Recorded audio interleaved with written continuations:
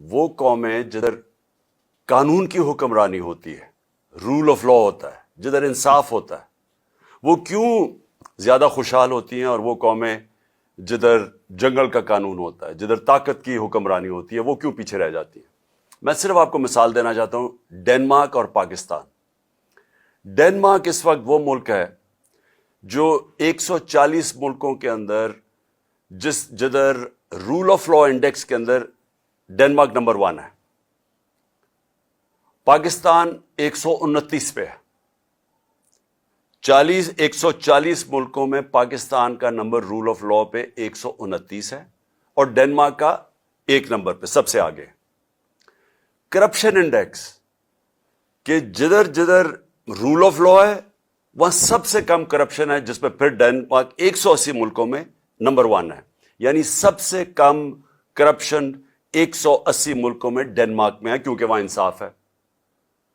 اور پاکستان 180 ملکوں کے اندر پاکستان ہے 140 پہ۔ اب اس کو لے لیں کہ خوشحالی ہم کتنے خوشحال ہیں، وہ کتنے خوشحال ہیں۔ پاکستان کی جو اوسط آمدنی ہے، پاکستانیوں کی اوسط آمدنی ہے، وہ ہے $1,600۔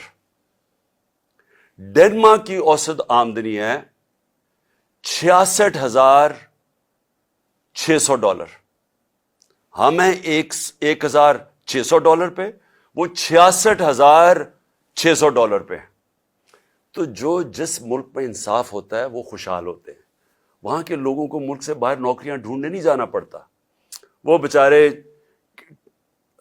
کشتیوں کے اندر دریا کراس کرتے ہوئے مرتے نہیں ہیں، یورپ جاتے ہوئے یا خوشحال ملکوں میں جاتے ہوئے، اگر وہ اپنے ملک میں قانون کی حکمرانی لے۔